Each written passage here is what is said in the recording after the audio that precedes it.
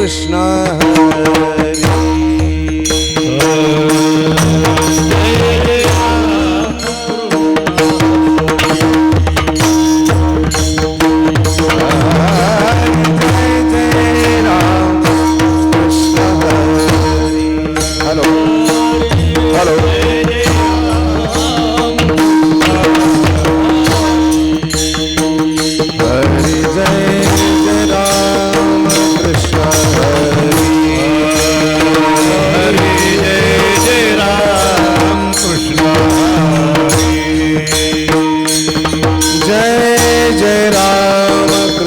हरी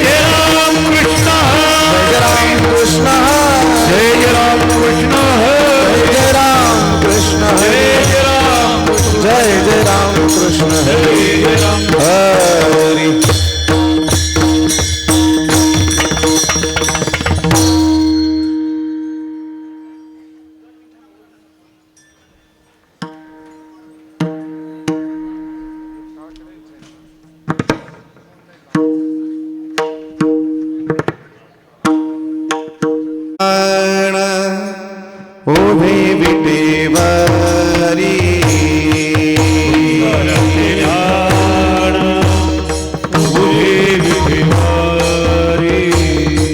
सुंदर ध्यान उभे विटेवरी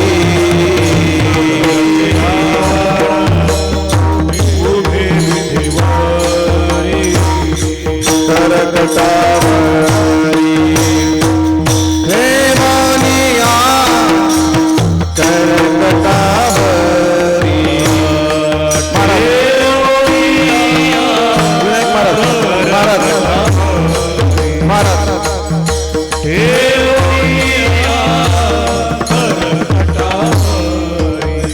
तुळशी हार गळा कासे पितांबर तुळशी हार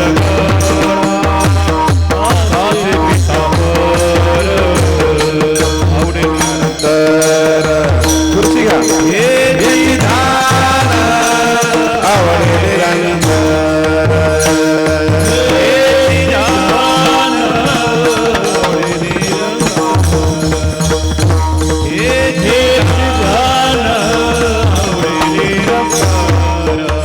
मकर कुंडली तळपती श्रवणी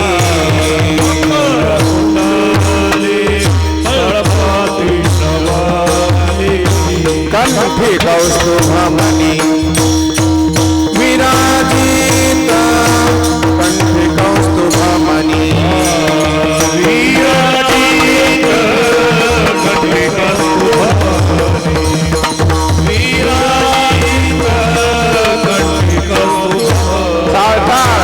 तुळशी हार गळा कासे पितांबर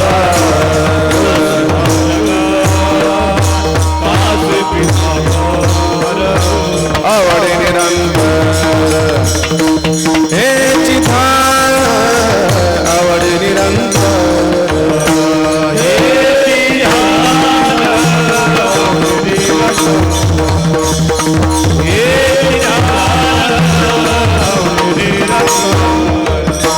तुका म्हणे माझे हेच सर्व सुख तुका म्हणे माझे हेच सर्व सुख तुका म्हणे माझे हेच सर्व सुख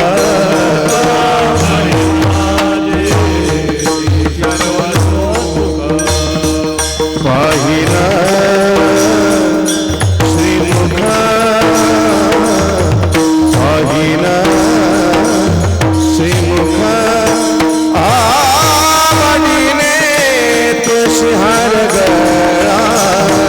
कासे पितांबर तुळशी हार गळा कासे पितांबर पाहिना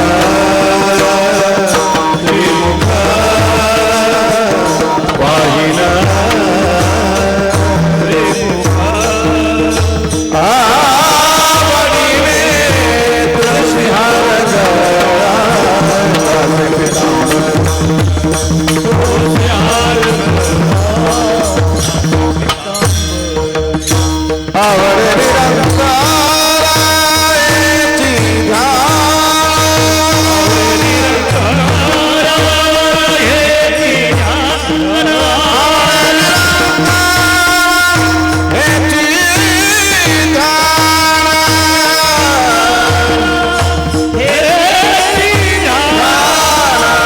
आवडे निरंतर आवडे निरंतर हेची ध्यान तुळशी हार गळा कासे पितांबर तुळशी हार गळा कासे पितांबर कासे पितांबर विठ्ठल कुमारी हरी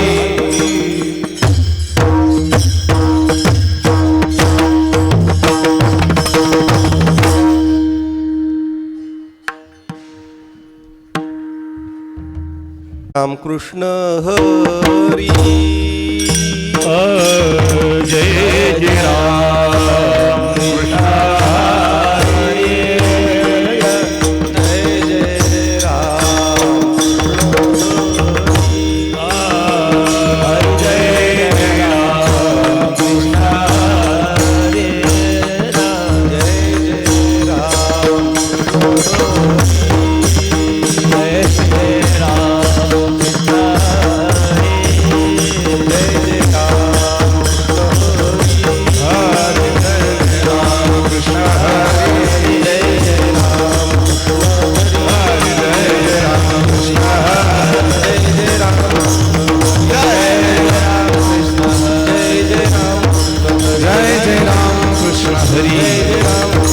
जय जय राम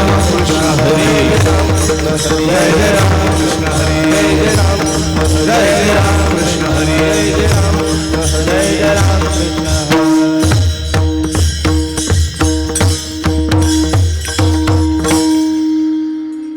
रूप पाहता लोचनी सुख झाले ओ साजनी सुख झाले ओ साजनी सुख झाले ओ साजनी रूप पाहता सुख झाले ओ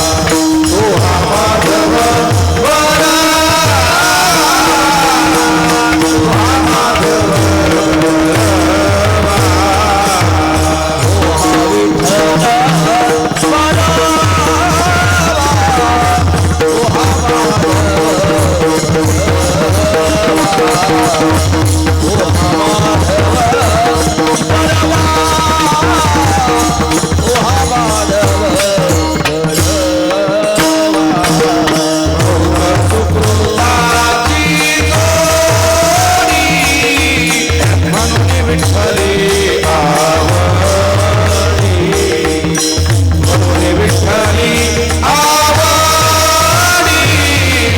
म्हणून विठ्ठली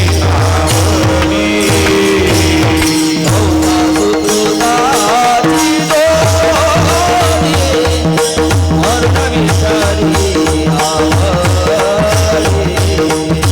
म्हणून विठ्ठली आवडी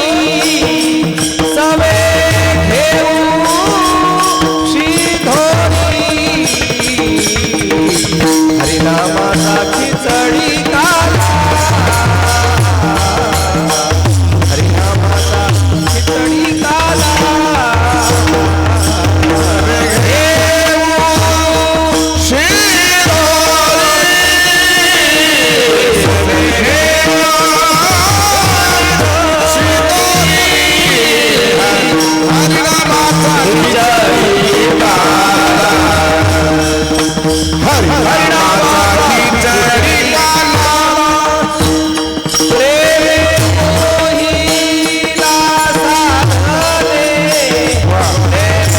मोहिला साधने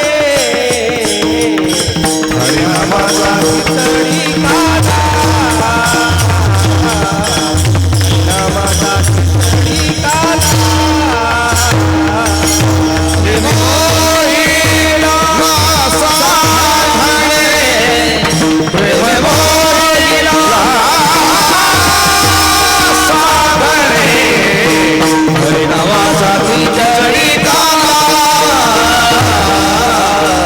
हरिनामाचा खिचडी काला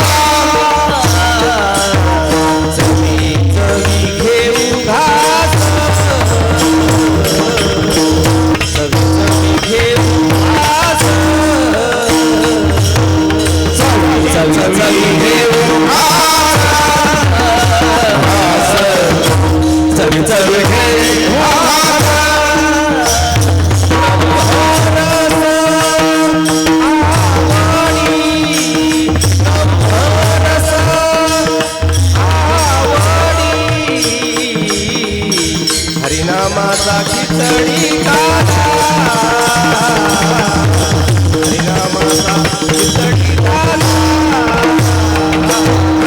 ब्रह्मरसा आवडी ब्रह्मरसा आवडी हरिनामाचा हरिनामाचा खिचडी काला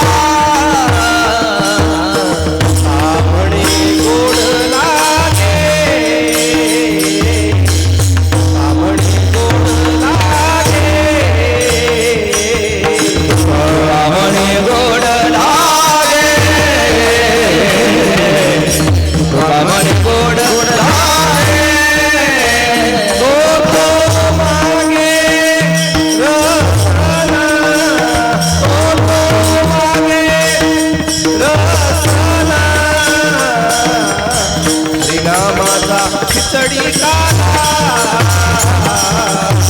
हरिनामाचा खिचडी काला तो मागे रसाला तो मागे हरिनामाचा खिचडी काला हरिनामाचा खिचडी काला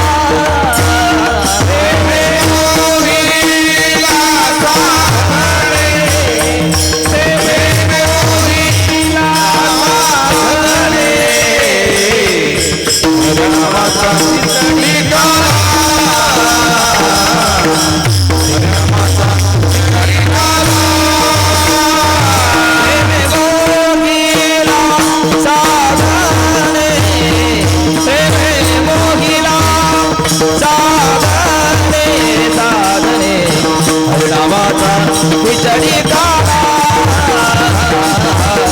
हरिनामाचा खिचडी काला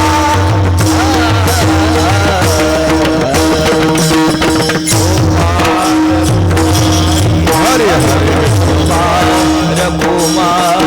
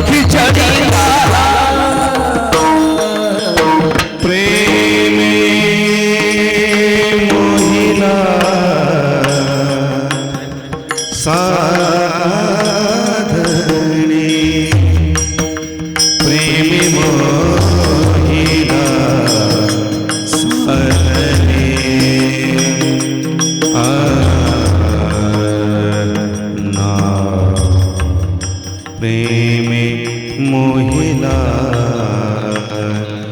प्रेमे मोहिला साधणे प्रेमे मोहिला मोहिला मोहिला प्रेमे मोहिला प्रेमे मोहिला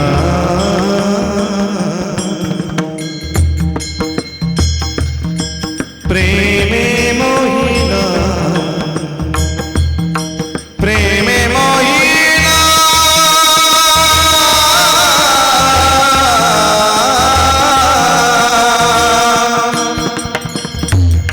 प्रेमे मोहिला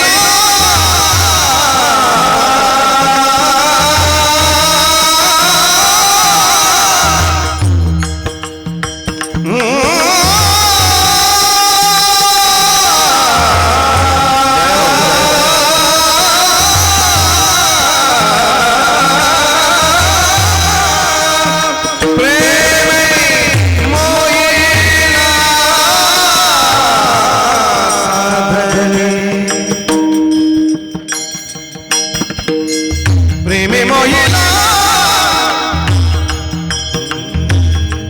प्रेमे मोहिला प्रेमे मोहिला प्रेमे मोहिला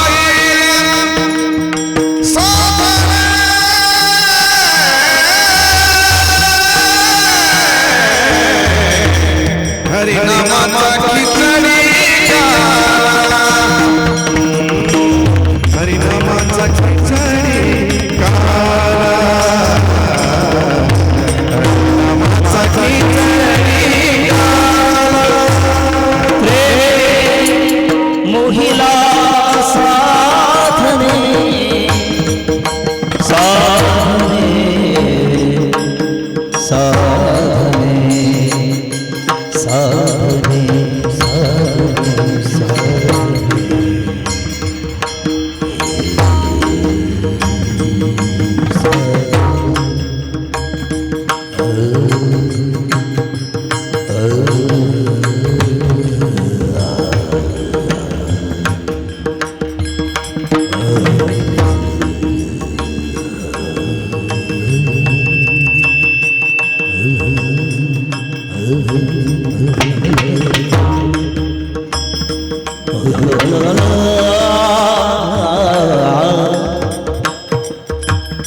प्रेमे मोहिला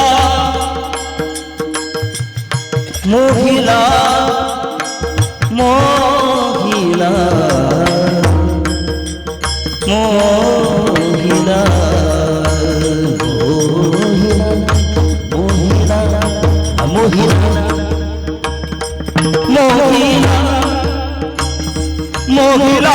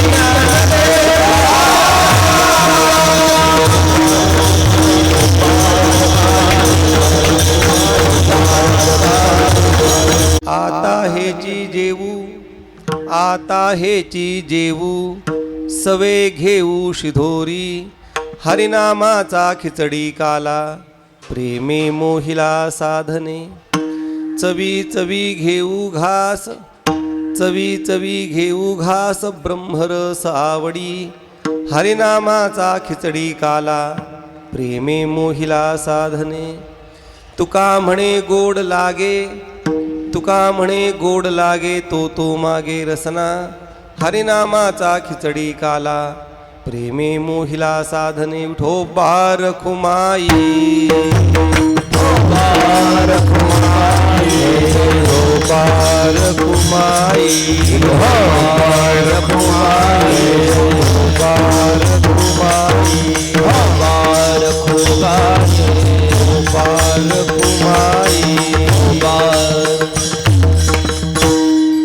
प्रस्तुत हा सेवेसाठी घेतलेला अभंग संतश्रेष्ठ जगद्गुरु तुकोबार यांचा असून या अभंगामध्ये जगद्गुरु तुकोबार यांनी काल्याचं स्वरूप प्रतिपादन केलेलं आहे.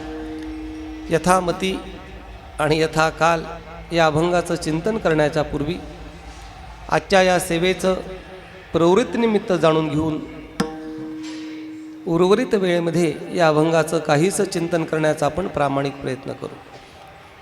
हा जो काल आपण पाहिलं की हा जो नाममहोत्सव या ठिकाणी सुरू आहे हा आमचे ज्येष्ठ गुरुबंधू ब्रह्मलीन हरिभक्तीपरायण मारुती महाराज थोरात यांच्या 6व्या पुण्यस्मरणाच्या निमित्तानं हा नाममहोत्सव या ठिकाणी सुरू आहे.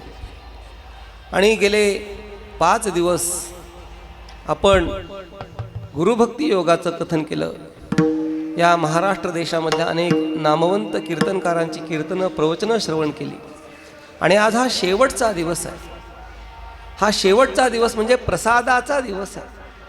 आणि प्रसाद म्हणजे काय तर आपण जी भगवंताची केलेली भक्ती आपण जे केलेलं ज्ञानेश्वरीचं पारायण केलेलं श्रवण त्या श्रवणाच्या द्वारे पारायणाच्या द्वारे माऊली ज्ञानोबा यांची भगवंताची जी प्रसन्नता आपल्याला प्राप्त होते त्याचं नाव आहे प्रसाद.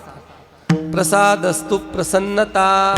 आणि अशा प्रसादाचा प्रसन्नतेचा हा दिवस आहे. आणि या काल्याच्या कीर्तनाकरता एक नियम आहे. काल्याच्या कीर्तनामध्ये अभंग घेत असताना अभंग एकतर गवळणी परक असावा, खिळ्या प्रकरणातला असावा, बाळक्रीडेमधला असावा, अथवा काल्याचं स्वरूप कथन करणारा अभंग असावा असा आपल्या वारकरी संप्रदायाचा दंडक. आणि त्याला अनुसरून हा जो सेवेसाठी घेतला अभंग आहे हा काल्याचं स्वरूप कथन करणारा आहे. गोकुळामधले ज्या सगळ्या गवळणी गोपाळ जे होते ते अत्यंत अधिकारी स्वरूपाचे होते.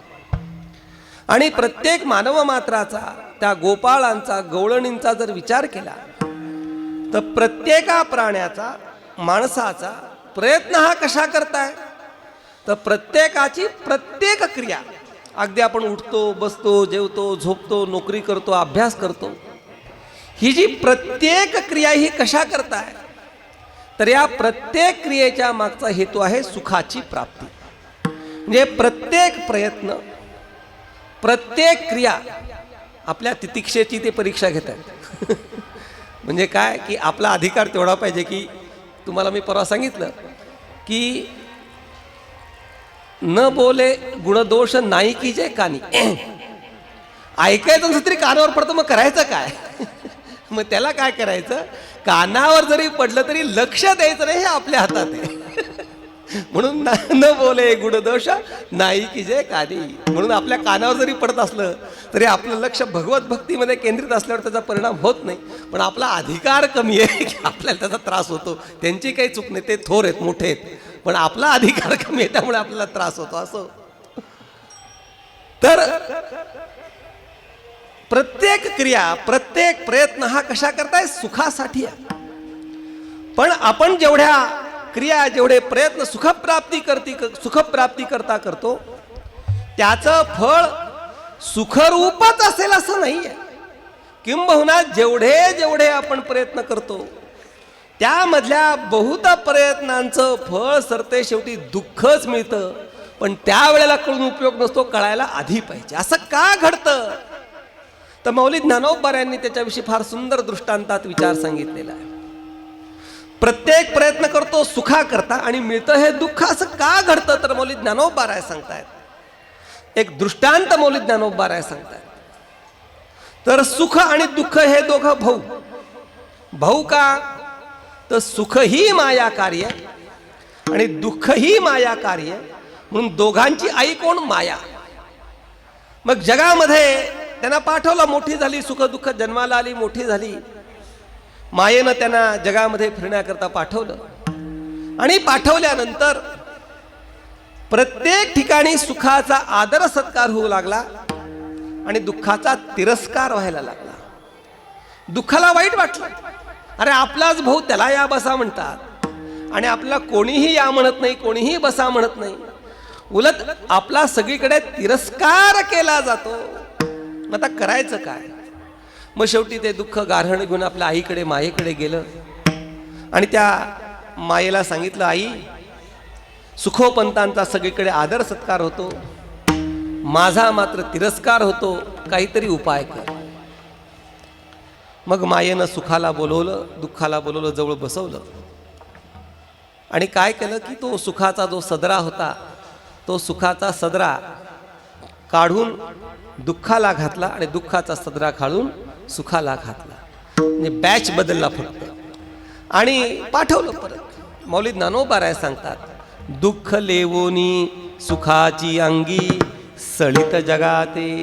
अंगी म्हणजे सदरा. मौली ज्ञानोबा रायांच्या वाङ्मयामध्ये आलेल्या वस्त्र प्रावरणांचा विचार करण्यासारखा आहे. खोळ बुंथी घेऊनी गुणाची पालवी. बुंथी म्हणजे काय, अंगी म्हणजे काय, अशा वेगवेगळ्या वस्त्रांचा विचार आहे. बुंथी म्हणजे त्याला काय म्हणतात, क्लॉक नावाची शाल असते. ती शाल कशी असते तर आपली पांघरतो अशी शाल नाही, ती शिवलेली शाल असते आणि ती शिवलेली शाल अशी वर्ण घालायची आणि वर्ण घातल्यानंतर ती पूर्ण हातापर्यंत अशी येते. म्हणजे महिला ती शाल घालतात, कुठली? शिवलेली शाल अशी डोक्यातनं घालायची, त्याचं नाव आहे बुंथी. आता अंगी म्हणजे काय, सदरा. तर दुःखाने सुखाचा सदरा घातला आणि तो जगामध्ये फिरायला लागला आणि लोक तो सदरा पाहून कोणाकडे पळतात? दुःखाकडे पळतात. पण तो असतो सुखाकडे. सुखाचा सदरा पाहून सुख म्हणून तिकडे पळतात, परंतु असतं ते दुःख. म्हणून आपण जेवढे जेवढे प्रयत्न करतो तेवढे प्रयत्न सुखप्राप्तीमध्येच परिपूर्ण होतात असं नाहीये. असाच एक साधक, असाच एक गोपाळ सुखप्राप्ती करता बहुत प्रयत्न करतो आणि सुखप्राप्ती करता बहुत प्रयत्न करून सरते शेवटी त्याच्या पदरी काय पडते? निराशा पडते. बहु केली वण वण, बहु केली वण वण, बहु केली वण वण, बहु केली वण बहु केली वण वण, बहु केली वण वण, बहु केली वण वण, बहु केली वण वण. पाय पिटी झाला क्षीण, पाय पिटी झाला क्षीण, बहु केली वण वण, बहु केली वण वण. पाया पिटी झाला क्षीण, पाया पिटी झाला क्षीण, बहु केली वण वण, बहु केली वण वण, बहु केली वण वण. पाया पिटी झाला क्षीण, पाया पिटी झाला क्षीण, पाया पिटी झाला क्षीण.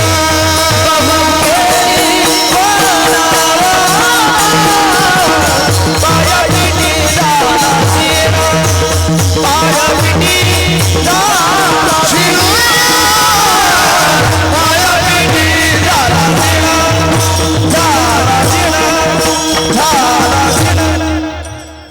वारकरी चालींची मजा वेगळी आहे बरं का. आश्चर्य आहे म्हणजे खरंच की चाली बिघडायला आळंदीतच सुरुवात झाली, पण तुमच्यासारख्या काही लोकांनी हरिभक्तपरायण परमेश्वर महाराज असतील, ब्रह्मलीन बोधेगुरु महाराज असतील, या मंडळींनी हे जपून ठेवलं आहे म्हणून बरं आहे, नाहीतर काही खरं नव्हतं. आणि खरं सांगू का, हे आमचं कीर्तन प्रवचन त्यात काही अर्थ नाही आहे. खरा अर्थ कशात आहे? तुका म्हणे वर्म भजनेची सापडे, येरासी तो पडे ओस दिशा. सगळं वर्म कशात आहे? भजनामध्ये वर्म आहे. आणि भजन कसं पाहिजे? सात्विक पाहिजे, त्याच्यामध्ये उत्साह असला पाहिजे. म्हणजे तो शब्द मी इथे वापरत नाही. त्याच वाद्यावर उत्साह निर्माण होतो असं नाही, मृदंगावरही उत्साह निर्माण होतो, टाळावरही उत्साह निर्माण होतो. तो पण निर्माण होणारा उत्साह सात्विक असला पाहिजे, आणि तो सात्विक उत्साह आपल्या वारकरी चालीत निर्माण होतो. दुसऱ्यामध्ये हे सामर्थ्य नाही आहे. तर बहु केली वणवण पाय पिटी झाला क्षीण. सुखप्राप्ती करता मी बराच प्रयत्न केला, पण प्रयत्नाचा शेवट कसा व्हायला पाहिजे होता? भाग गेला क्षीण गेला अवघा झाला आनंद, अवघा झाला आनंद, अवघा झाला आनंद. भाग गेला क्षीण गेला अवघा झाला आनंद, अवघा झाला आनंद, अवघा झाला आनंद. भाग गेला क्षीण गेला अवघा झाला आनंद, अवघा झाला आनंद, अवघा झाला आनंद.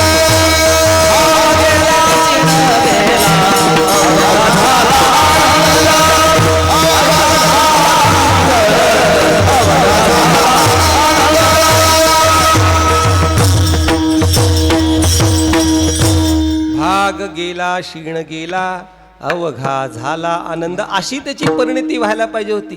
पण परिणती काय झाली? पाय पिटी झाला क्षीण. असा एक गोपाळ भगवंताकडे गेलेला आहे. भगवंताला म्हणतोय, भगवंता मी सुखप्राप्ती करता बराच प्रयत्न केला, पण सुख मात्र पदरी पडलं नाही. पदरी पडली ती पायपिटी आणि क्षीण पदरी पडलाय. आता तरी याच्या पुढच्या काळामध्ये मला सुख प्राप्त व्हावं, याच्याकरता तुम्हाला काहीतरी उपाय सांग. तो उपाय जगद्गुरु तुकोबाऱ्या अभंगाच्या पहिल्या आता ह्याची जेऊ, आता ह्याची जेऊ, आता ह्याची जेऊ, आता ह्याची जेऊ, आता ह्याची जेऊ, आता ह्याची जेऊ,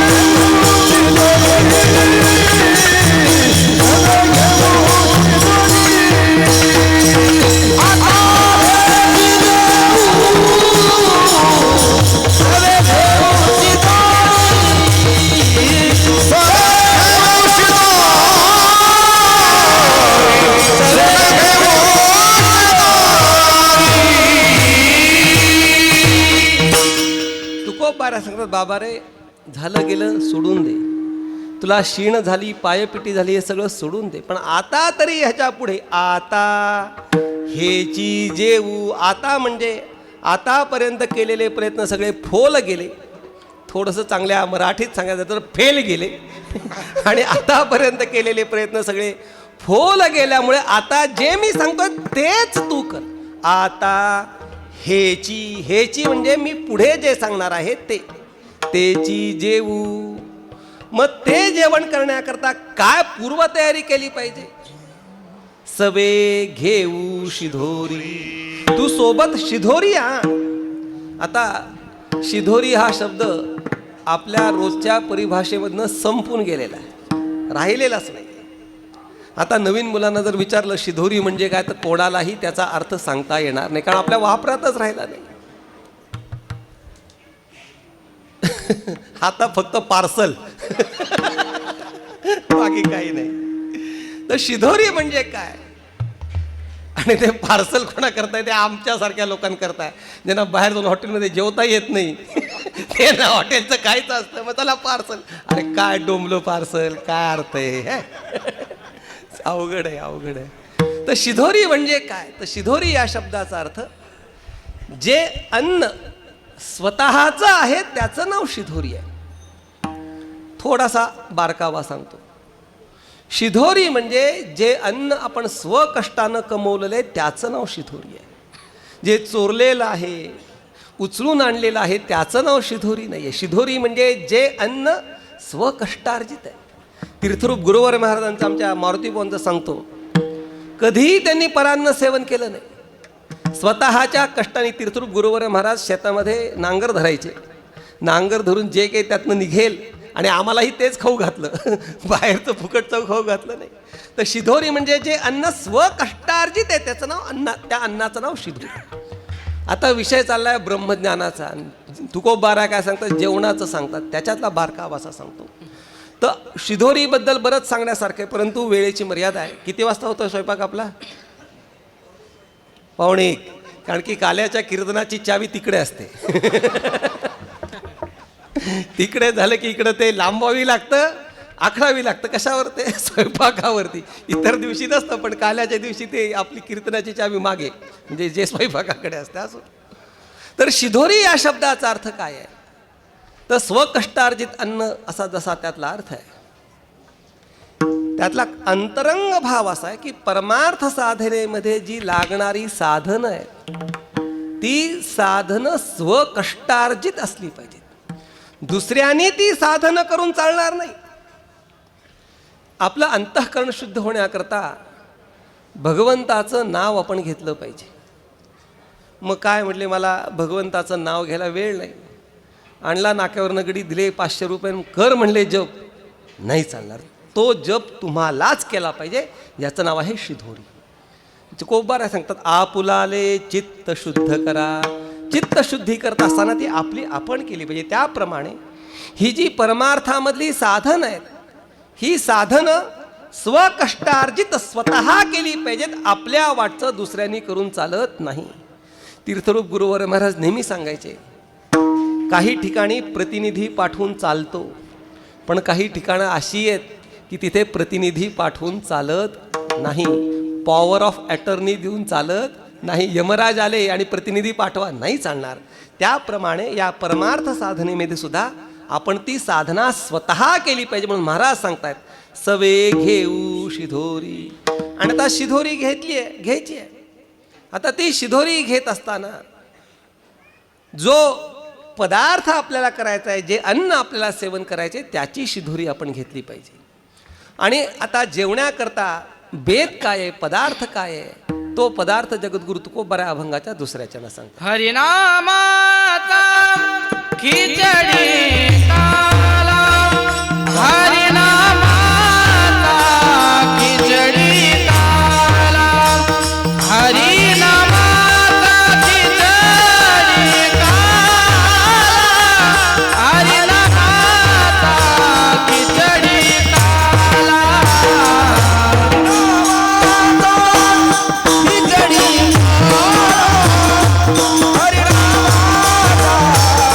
खिचडी काला, हरिनामाचा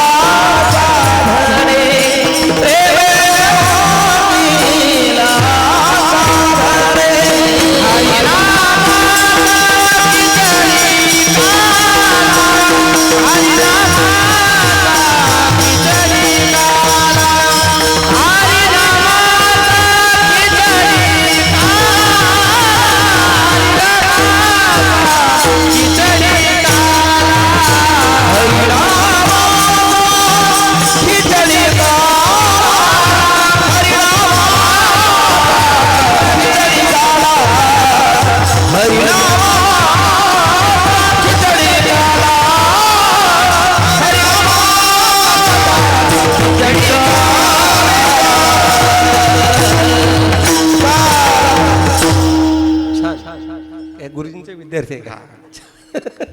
कसं आहे की शिष्याकडे बघितल्यानंतर गुरु प्रतिबिंबित झाला पाहिजे तरच त्याचा अर्थ आहे, नाही तर खरा शिष्य नाही.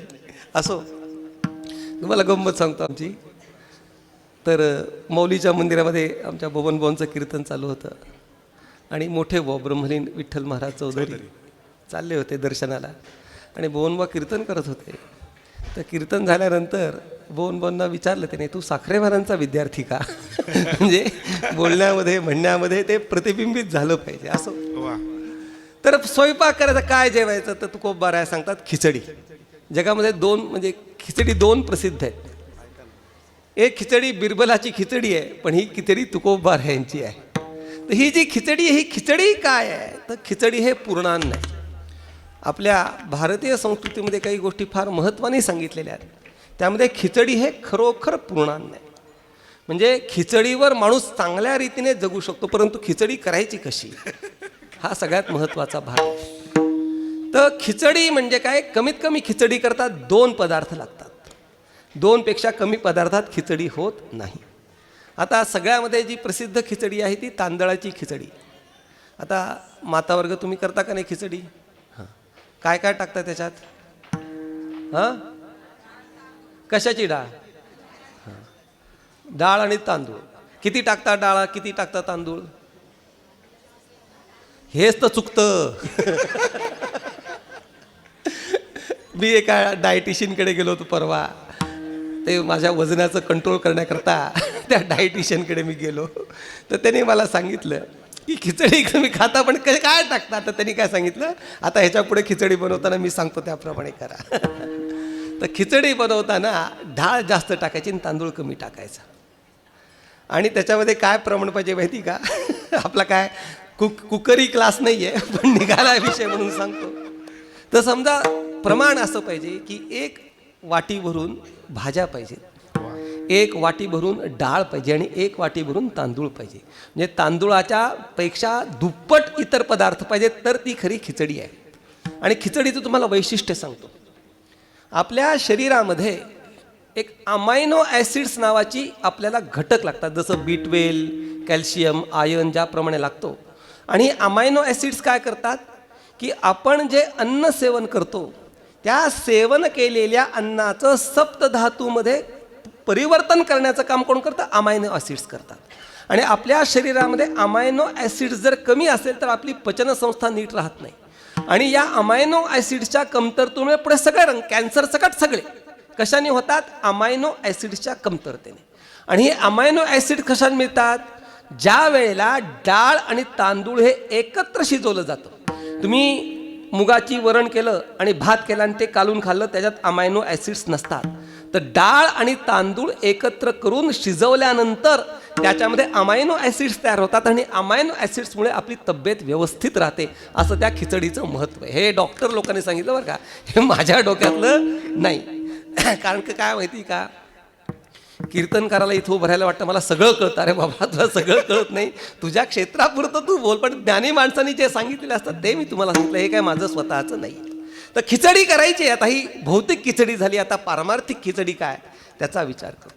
तर खिचडी बनवण्याकरता महाराज सांगतात, हरिनामाचा खिचडी काला प्रेमे मोहिला साधने. ही खिचडी कशाची केली तर महाराज सांगतात, हरिनाम, ब्रह्मरस आणि प्रेम या तिघांची मिळून ही खिचडी केली. आणि पुढे मौली ज्ञानोबा शब्द, मौली तुकोबा शब्द ओळखतात, हरी प्रेमे मोहिला साधने. तर या खिचडीला मोहन म्हणजे काय, तर या खिचडीचं मोहन काय तर प्रेम. तर मोहन म्हणजे काय सांगा बरं? असतो का नाही कुठे मोहन? काय असतं? पुरणाची पोळी करता तुम्ही. हां, आपल्या पांडुरंगाचं नैवेद्यावर का पुरणाची पोळी. पांडुरंगाला सगळ्यात काय आवडतं तर पुरणाची पोळी. तर महाराष्ट्रीय खाद्यपदार्थ काय? पुरणाची पोळी. जसं ते फाफडा जिलबी गुजरातची, तसं महाराष्ट्राचं काय तर पुरणपोळी आपल्या महाराष्ट्राची. तर पुरणपोळीमध्ये सगळ्यात अवघड गणित काय? पुरण शिजवणं अवघड आहे का लाटणं अवघड आहे? काय कणिक अवघड आहे. सगळ्यात गणित कुठलं? कणकेचं गणित आहे. आणि ती कणिक अशी पाहिजे की आपल्या रोजच्या पोळीसारखी नाही पाहिजे. तर ती कणिक कशी पाहिजे? थोडीशी पातळ पाहिजे. आणि त्या कणकेला अशी तार आली पाहिजे. मग ती तार म्हणजे ती स्निग्धता आली पाहिजे. मग ती स्निग्धता येण्याकरता काय वापरतो आपण? हां, काय असतं मोहन पुरणाच्या पोळीला? मीठ हे पुरणाच्या पोळीचं मोहन आहे. कणकेमध्ये जर मीठ टाकलं नाही तर ती तार त्याला येत नाही. म्हणून ही जर मोहन आहे आणि हे मोहन फार महत्वाचं आहे. आपल्या जीवनामध्ये शुष्कता असता कामा नये. आपलं जीवन कसं पाहिजे? स्नेहपूर्ण स्निग्ध जीवन पाहिजे. आणि जीवनामध्ये येणारी स्निग्धता ही प्रेमाची आहे. दोन्ही टोकांमध्ये शुष्कता आहे. कर्मामध्येही शुष्कता आहे, ज्ञानामध्येही शुष्कता आहे. पण कर्म करताना प्रेम असेल तर त्या कर्मामध्ये स्नेह आहे, स्निग्धता आहे. ज्ञानामध्ये जर प्रेम असेल तर ती स्निग्धता आहे. तर ज्ञानही कंटाळवाण आहे, कर्मही कंटाळवाण आहे, पण त्याच्यामध्ये प्रेम असेल तर ती स्निग्धता आहे. आता आपण सगळे चालीचे ज्ञाते आहात, तर तुम्ही प्रॅक्टिस करता म्हणून तुमच्या चालीनं महत्व नाही आहे. काय संपत बुवा?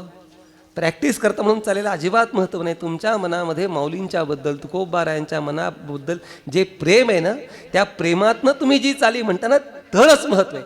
हे हा उहू करणारे गायक, त्याला काय महत्व नाही, कारण प्रेम नाहीये, तयारी आहे. तयारीचं महत्व नाही. इथं काय पाहिजे?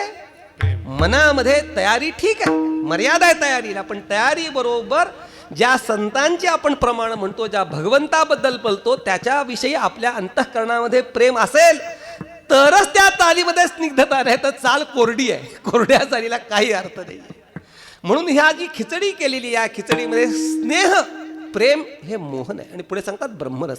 म्हणून हरिनामाचा खिचडी काला, प्रेमी मोहिला साधने. आता खिचडी पक गई, आता खायची. आता खायची कशी? तर कसं आहे, खाताना सुद्धा योग्य रीतीनं खाल्लं पाहिजे. बका बका बका खाऊन उपयोग नाही. खिचडी जरी केली, आता कसं आहे, जेवणातलं अजून सांगतो तुम्हाला, आपण काय खातो याच्यापेक्षा कसं खातो याच्यावरती आपलं पचन होणं अवलंबून आहे. तुम्ही खूप चांगले पदार्थ खाल्ले, पण ते योग्य रीतीने खाल्ले नाहीत तर ते पचत नाहीत. म्हणून आता खिचडी तो पक गई. खिचडी पकने के बाद आता खायचं कसं?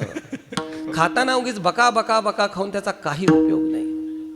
तीर्थरूप गुरुवर्य महाराज नेहमी सांगायचे, आम्हाला आग्रह असायचा की दिवसातनं एकदा तरी सगळ्यांनी एकत्र बसून जेवलं पाहिजे.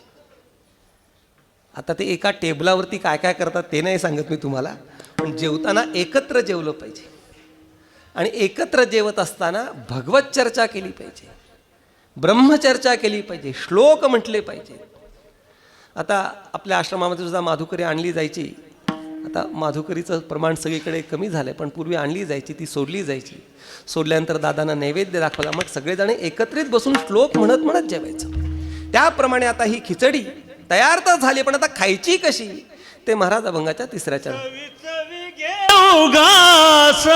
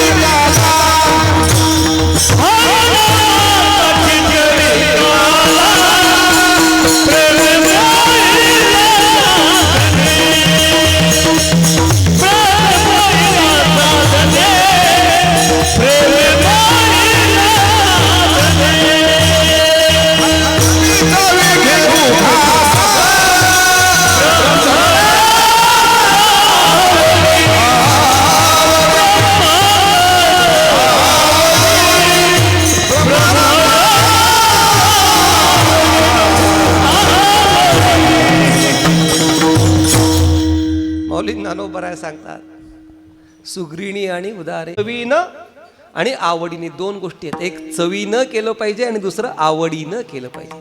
चवीनं केलं पाहिजे म्हणजे त्याच्यामधला आनंद सेवन केला पाहिजे, त्यात आनंद घेतला पाहिजे. देवाचं नाव घेताना, ब्रह्मज्ञानाचा विचार करताना, भजन करताना त्याचा आनंद घेत घेत त्या गोष्टी केल्या पाहिजे. आणि आवडीने घ्यावे हरिनाम.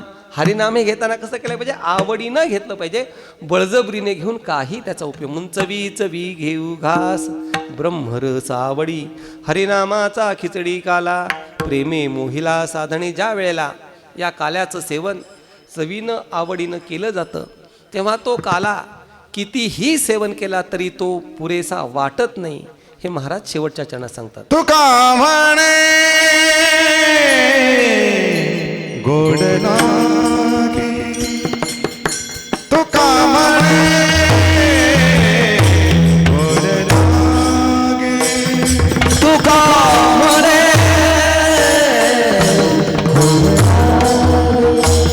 तुका म्हणे तुका म्हणे गोड लागे, तुका म्हणे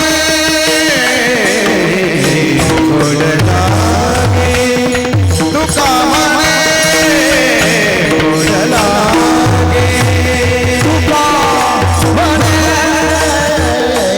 गोड लागे, तुका म्हणे गोड लागे.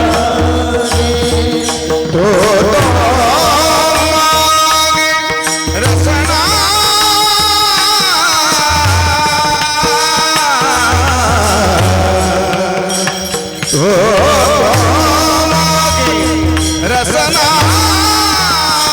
हरिनामाचा खिचडी काला, हरिनामाचा खिचडी काला. रसना मागे रसना हरिनामाचा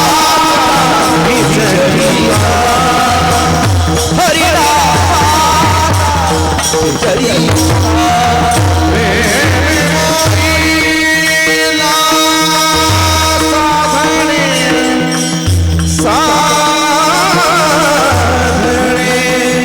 प्रेम मोहिला मोहिला मोहिला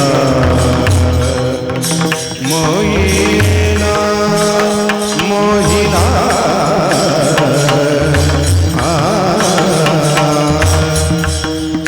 प्रेम मोहिला मोहिला मोहिला मोहिला साधय साधय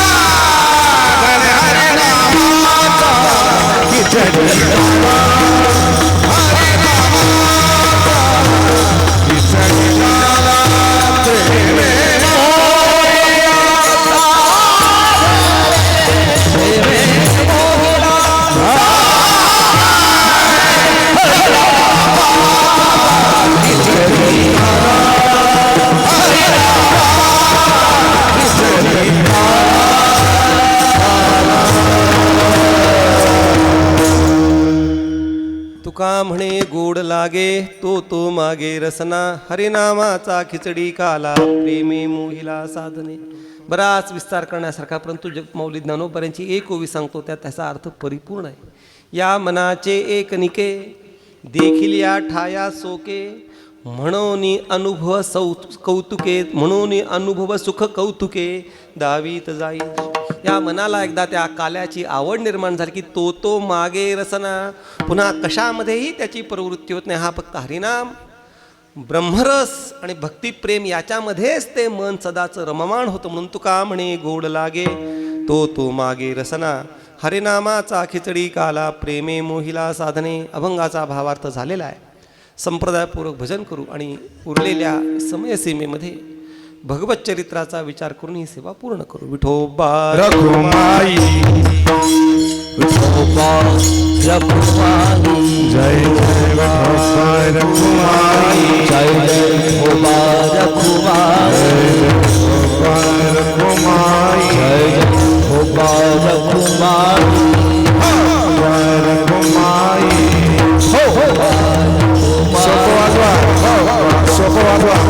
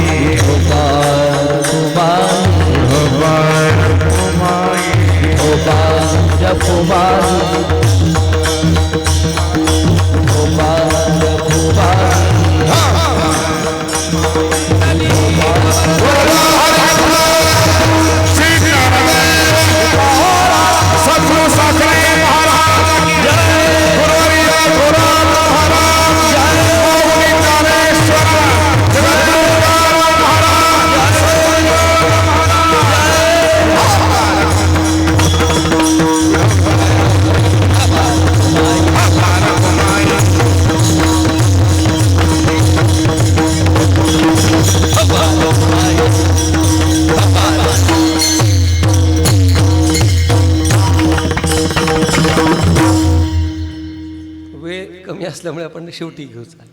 या काल्याच्या कीर्तनामध्ये प्रामुख्यानं निश्चित चरित्र ते उच्चारावे केले देवे गोकुळी भगवत चरित्राचा विचार करावा असा आपल्या वारकरी संप्रदायाचा नियम आहे, दंडक आहे. कोणतं चरित्र सांगायचं तर भगवत चरित्र हे अनंत आहे. हरि अनंता हरिकथा अनंता पुष्पदंत सांगताय. विठोबा रखुमाई विठोबा रघुमाई असितगिरी समंस्यात कज्जलम सिंधु पात्रे सुरतरुवरुषाखा लेखनी पत्रमूर्वी लिखती यदि गृहीत्वा शारदा सार्वकालम तदपि तव गुणानाम ईश पारन्नयाती. हे भगवंता, तुझं स्वरूपही असीम आहे, तुझं चरित्रही असीम आहे. पण या असीम अमर्याद चरित्रापैकी कोणत्या चरित्राचा विचार करायचा तर महाराज सांगतायत, ये दशे चरित्र केले नारायणे रांगता गोधने राखिता. हे या चरित्राचा थोडक्यात आपल्याला विचार करायचा आहे. अवनी तलावरती पृथ्वीवरती पापाचा भार वाढला होता आणि तो पापाचा भार माता पृथ्वीला सहन होईनासा झाला. माता पृथ्वी आपल्या वडिलांकडे ब्रह्मदेवाकडे गेलेली आहे आणि ब्रह्मदेवाला सांगितलंय, बाबा हा जो पापाचा भार वाढला तो मला तो सहन होत नाही, काहीतरी उपाय करा. ब्रह्मदेवाने विचार केला की हा पापाचा भार निवृत्त करण्याचं सामर्थ्य आपल्या एकट्यात नाही आहे, ये अपने बस की बात नाही आहे. असं जेव्हा ब्रह्मदेवाच्या लक्षात आलं, ब्रह्मदेव इंद्राकडे गेलेले आहेत. ब्रह्मदेव आणि इंद्र दोघं मिळून शिवाकडे गेलेले आहेत आणि पुढे ब्रह्मदेव इंद्र आणि शिव हे तिघे मिळून भगवान विष्णूंकडे गेलेले आहेत.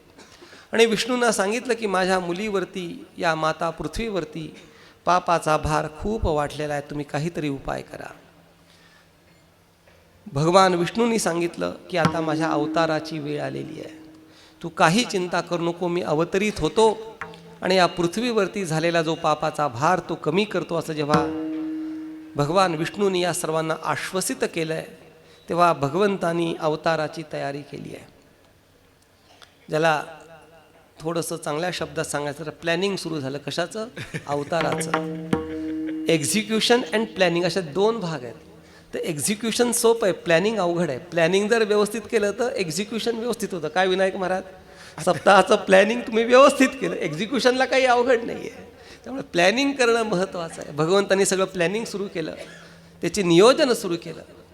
नियोजन सुरू करताना पहिल्यांदा भगवंत गेलेत शेष महाराजांकडे आणि शेष महाराजांना सांगितलं की आपल्याला अवतार घ्यायचा आहे, पृथ्वीवरती जायचं आहे, अवनी तलावरती जायचं आहे. शेष महाराज म्हणाले, हे सोडून दुसरं काही सांगा, मी काही तुमच्यासोबत येणार नाही. का म्हटले, गेल्या वेळेस आलो होतो तेव्हा फार हाल झाले. राम अवतारामध्ये मी लक्ष्मण झालो. वनवासामध्ये तुम्हाला जायचं होतं, मला यावं लागलं. वनवासात तुमची पत्नी सीतामाता सोबत होती, पण मी एकटा आलो. सीतामातेला वाटायचं रामाने जीव घातला असेल, रामाना वाटायचं सीतामातेने जीव घातला असेल. दोन्ही घरचा पाहुणा उपाशी. 14 वर्ष म्हणले उपाशी मेलो. आता का आई हे सांगू नका, दुसरं काही सांगा, पण हे काही मला सांगू नका. भगवान म्हणाले, बाबा रे, योग्य तू काही चूक सांगत नाही, मला पण कळलं, पण हे सगळं झालं का? ते म्हणले, तू छोटा होता, मी मोठा होतो, म्हणून आता उलटं म्हणले. या अवतारामध्ये तू मोठा आणि मी छोटा. आता मी तुझं ऐकणार म्हणले. गेल्या वेळेला तू माझं ऐकलं, आता मी तुझं ऐकणार. पण भगवंतानी बळीरामदादाचं एकदा पण ऐकलं नाही. फक्त ते म्हणाले त्या युद्धाच्या प्रसंगी, मी जातो आता संन्यास घ्यायला, तेव्हाच फक्त ऐकलं, बाकी कधीच ऐकलं नाही. अशी अवस्था. माता लक्ष्मी कौंडिण्यपूरला अवतरित झाली आहे, मायाही अवतरित झाली आहे. असं सगळं नियोजन झालं आणि त्याप्रमाणे सगळं पुढचं कार्य झालं आहे. वसुदेव देवकीचा विवाह झाला आहे. विवाहामध्ये आकाशवाणी झाली आहे की यांच्या पोटी जन्माला येणार 8वा पुत्र म्हणणार. बराच कथा भाग आहे. श्रावण महिन्यामध्ये गोकुळाष्टमीच्या दिवशी भगवान अवतीर्ण झालेले आहेत. आणि भगवान जेव्हा अवतीर्ण झाले तर भगवंताच्या अवताराबद्दल सांगितले, रामावताराबद्दल सांगितले आणि कृष्ण अवताराबद्दल. अयोनी संभव ह्यांचा अवतार कसा आहे? अयोनी स्वरूपाचा आहे. म्हणजे त्याच्यामध्ये बराच भाग आहे, पण हे मानव दानव देव या कुठल्याही योनीतले नाहीत म्हणून अयोनी म्हटलेलं आहे. असा अयोनी अवतार त्या भगवंताचा झालेला आहे. भगवंतांनी सांगितलं, या नंदाच्या घराला मजनी गोकुळाला, माया उपजली तेथे ठेवी मजाणी येथे. वसुदेवाने त्याप्रमाणे केले. मायेला आणलाय. माया रडायला लागली आणि रडायला लागल्यानंतर त्या कारागृहाचे सगळे द्वारपाल सैनिक जागे झालेले आहेत. जागे झालेल्या सैनिकांनी पहिलं काय काम केलं असेल तर जाऊन कंसाला सांगितलं, देवकी प्रसूत झाली आहे. रात्री 12-12:30ची वेळ. कंस ज्या अवस्थेत होता तसा पळत आला. थोडंसं चांगल्या शब्दात सांगू का, नाईट ड्रेसमध्ये पळत आला. बघितलं तर देवकी प्रसूत झालेली आहे, मुलगी झाली होती. तो म्हणला, काहीतरी गणित चुकतं आहे. आकाशवाणी झाली होती, मुलगा मारणार आहे, ही मुलगी आठवी काय? तर कंस म्हणला, आपला शत्रू मायावी आहे. भगवान मायावी आहेत. दैवी ह्येषा गुणमयी मम माया दुरत्यया. म्हणून माया भगवदधीन आहे, म्हणून भगवंत हे मायावी आहेत. आणि माया काय काम करते? जे जसं आहे तसं समजूच देत नाही. आणि काय नियम आहे विनायक महाराज? जे जसं आहे तसं समजलं नाही तर विपरीत रूपाने निश्चित समजतं, असं वृत्ती प्रभाकर न्यायशास्त्र सांगतं. त्याप्रमाणे त्या मायेनी मुलगी दिसत असेल तरी मुलगाच असेल असं काहीतरी हा मायावी उद्योग केला असेल, म्हणून त्याला मारण्याकरता प्रवृत्त झाला आहे. कंस राक्षसच बोलून चालून क्रूर पद्धतीने मारायचा. मारत असताना तो कसं मारायचा सांगतात की ते जे जन्मलेलं नवजात बालक, त्या नवजात बालकाला उलटं करायचा.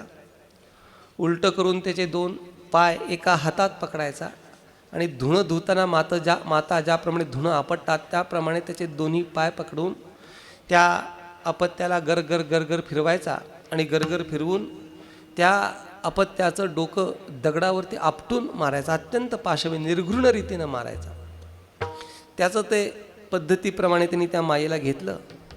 पण मायेचं वैशिष्ट्य असं आहे की मायेच्या चपेट घातातून कोणीही सुटत नाही आणि माया कोणाच्या तावडीत सापडत नाही. ती माया त्या कंसाच्या तावडीतनं सुटली आणि तिने सांगितलंय, तुझा लागी वधी उपजला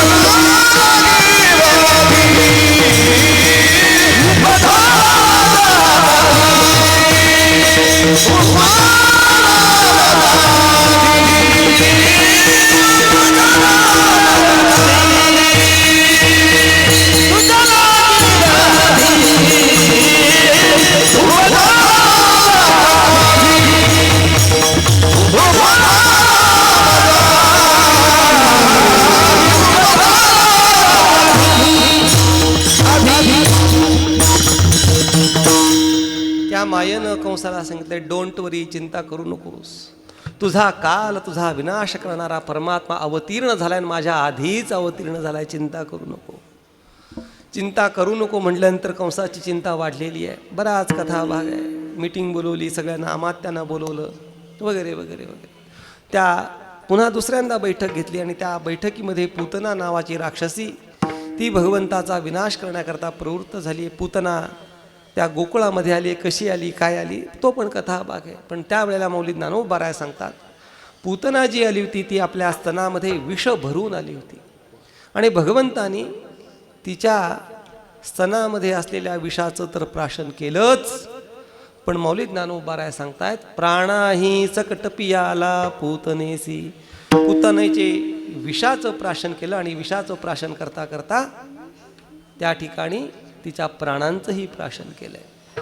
तिथे गंमत अशी सांगतात की ज्या वेळेला भगवंतानी त्या पूतनेच्या स्तनामधल्या विषाचं प्राशन केलं त्यावेळेला क्षणभर डोळे मिटलेत आणि डोळे मिटून भगवान शिवाचं स्मरण केलंय.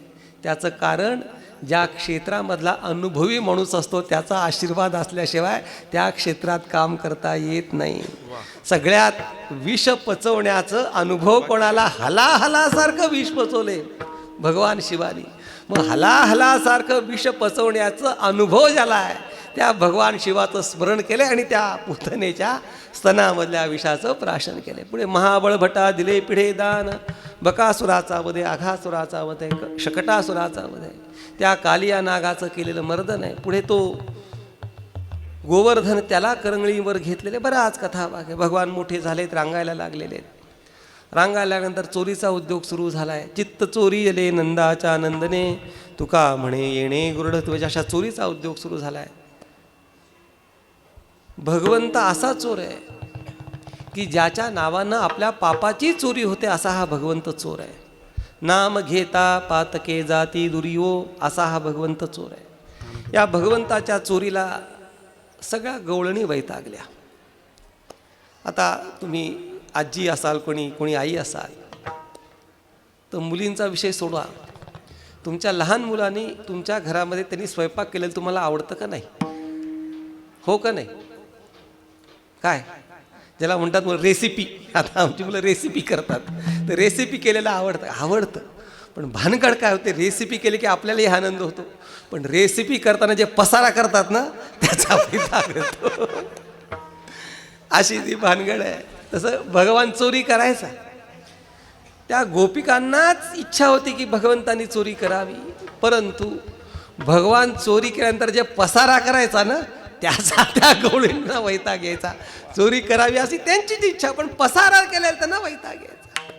मग या पसारा चोरी करावी हे सांगणं अवघड आहे. मग काय सांगायच्या, चोरी नका करू, असं काहीतरी उपाय करा असं सांगण्याकरता त्या गवळणी यशोदा मातेकडे गेल्यात. यशोदा माता सांगते, तुम्ही याची संगत सोडा गे गोकुळच्या नारी, तुम्ही याची संगत सोडा गे गोकुळच्या नारी, तुम्ही याची संगत सोडा गे गोकुळच्या नारी, तुम्ही याची संगत सोडा गे गोकुळच्या नारी. श्रीरंग माझा वेडा गे, श्रीरंग माझा वेडा गे, श्रीरंग माझा वेडा गे, श्रीरंग माझा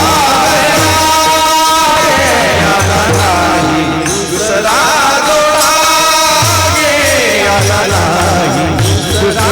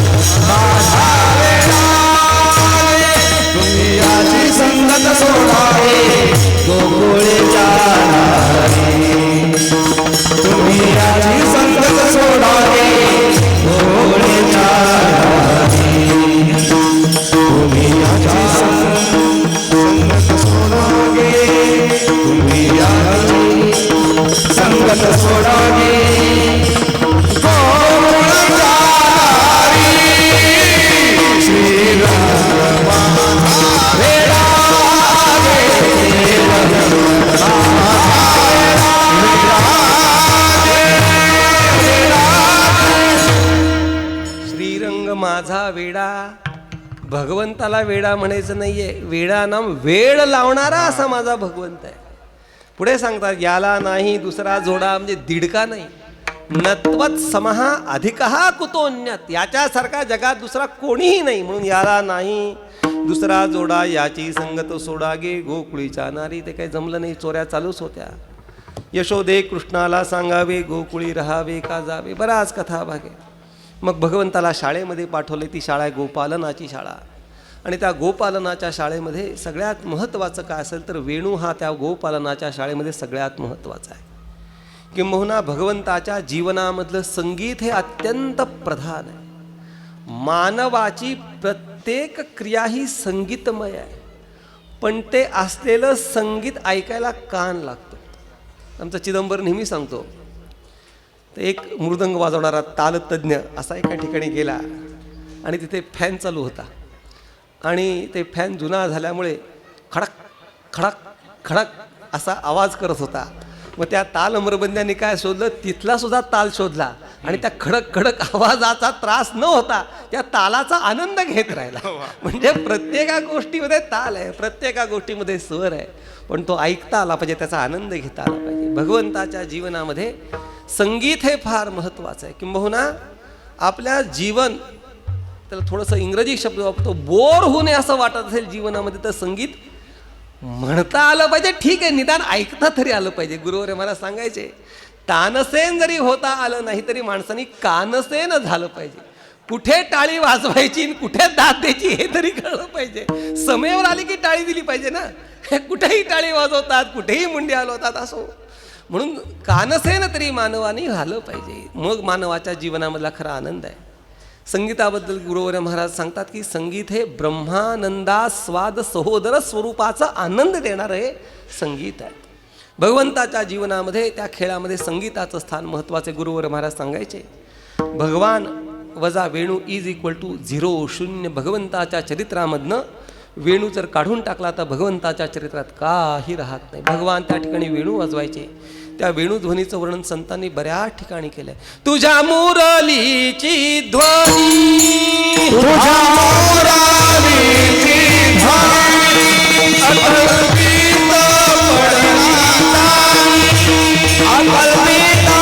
पडली ताई, निवड झाले अंतःकरणी, झाले अंतःकरणी, धरधंदा विसरले, धरधंदा विसरले, धरधंदा विसरले, धरधंदा विसरले. आहारे सावरिया वाजवी मुरली, आहारे सावरिया वाजवी मुरली, आहारे सावरिया वाजवी मुरली, आहारे सावरिया वाजवी मुरली. कैसी वाजवली मुरली, कैसी वाजवली मुरली, कैसी वाजवली मुरली, कैसी वाजवली मुरली, कैसी वाजवली मुरली,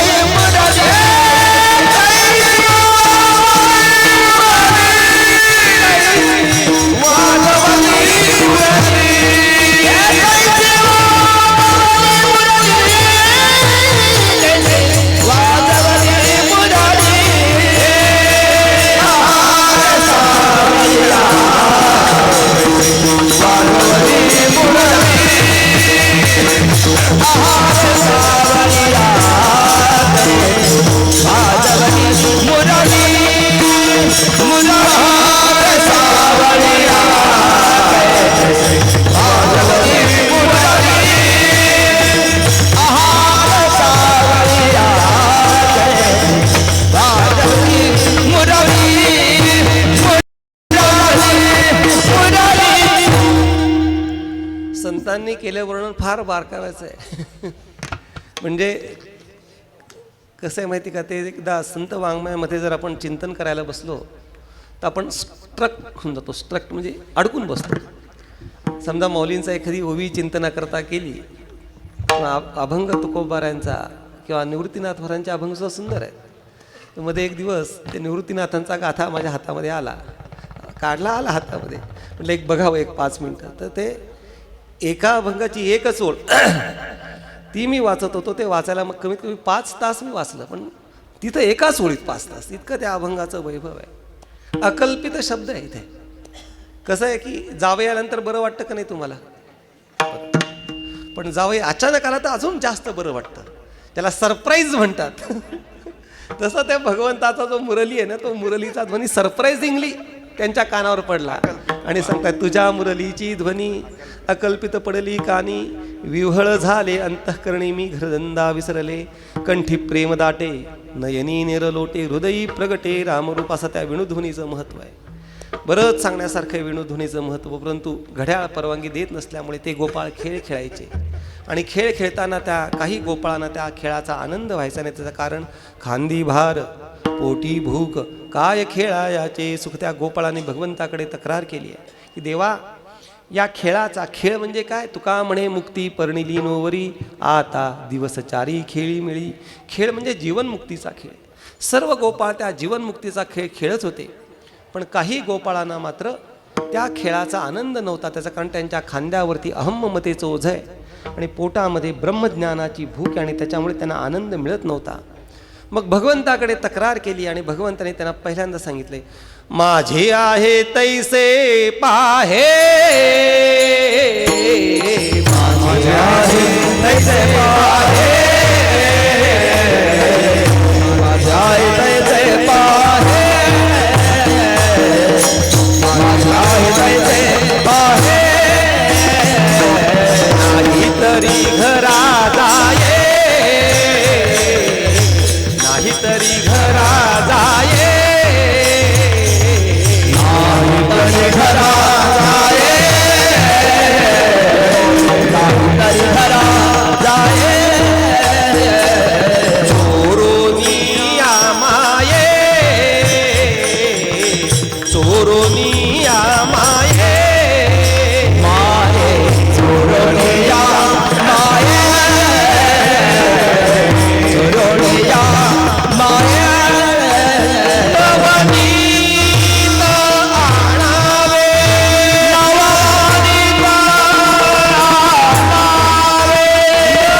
आणावे, नवनीत आणावे, द्यावे तैसे घ्यावे, हे द्यावे तैसे घ्यावे, हे द्यावे तैसे घ्यावे, द्यावे तैसे घ्यावे, द्यावे तैसे घ्यावे, द्यावे तैसे घ्यावे.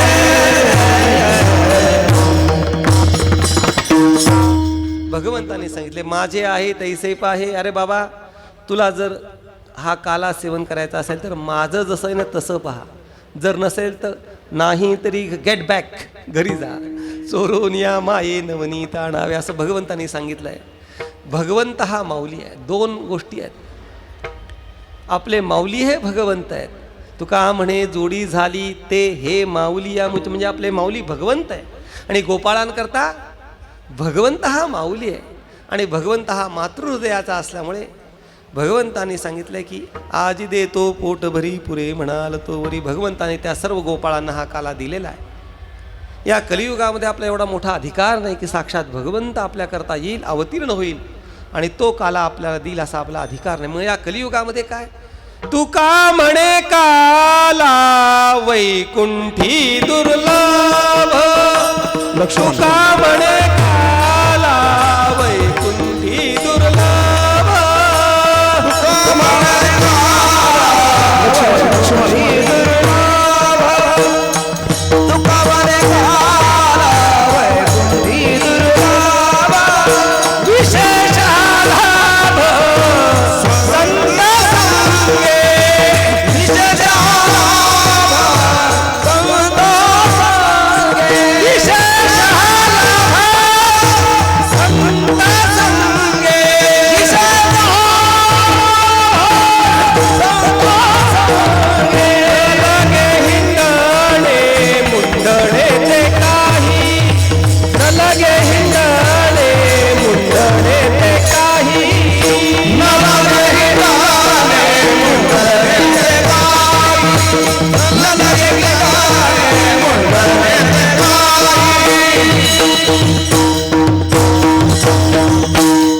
तुका म्हणे काला वैकुंठी दुर्लभ विशेष हा लाभ संत संगी. तो काला देण्याचा अधिकार संतांना आहे.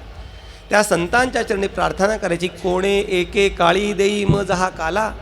आमच्या आयुष्याचा सूर्य मावळण्याच्या आधी कधीतरी आम्हाला हा प्राप्त होऊ द्या, अशी त्या संत चरणी प्रार्थना करायची. झालेली सेवा रुक्मिणी प्राणसंजीवन बाप विठ्ठलेशाच्या चरणी, मौली ज्ञानोबा यांच्या चरणी, जगद्गुरु तुकोबा यांच्या चरणी, तीर्थरूप गुरुवर्य महाराजांच्या चरणी, तीर्थरूप मातोश्री आईसाहेबांच्या चरणी समर्पित करायचे. ज्यांच्या पुण्यस्मरणाच्या निमित्तानं हा नाममहोत्सव सुरू आहे, असे आमच्या ज्येष्ठ गुरुबंधू मारुती महाराजांच्या चरणी समर्पित करायची. याच्यामध्ये जे काही योग्य आहे ते माझ्या तीर्थरूप सद्गुरूंचं, सद्गुरू परंपरेचं अयोग्य, माझं योग्य त्याचा स्वीकार करावा आणि संतांकडून हा काला आपल्या सगळ्यांना प्राप्त व्हावा. ज्याप्रमाणे आता सांगितलं आहे, हरिनामाचा खिचडी काला, प्रेमी मोहिला साधने हा साधनरूप काला आहे. आणि तुका म्हणे काला कोठे अभेद देखील हा साध्यरूप काला आहे. अशा साध्य साधनरूप काल्याची सर्वांना प्राप्ती व्हावी अशी मौलींच्या चरणी प्रार्थना करून मी माझ्या चिंतनाला विराम करतो. ज्ञानेश्वर माऊली ज्ञानराज माऊली तुकाराम, ज्ञानेश्वर माऊली ज्ञानराज, विठ्ठल जय जय विठ्ठल, विठ्ठल जय जय विठ्ठल, विठ्ठल जय जय तुकाराम. हरे दोही कडे मुख पसरो गडे, म्हणे हाची कोपा हरे दोही कडे मुख पसरो पंथी धैला कृष्णामणी अवघातले प्रकाश. काला एक मेका वासोले महादिका उत्तम लोकाला एक मेका वैष्णवरिका संभव.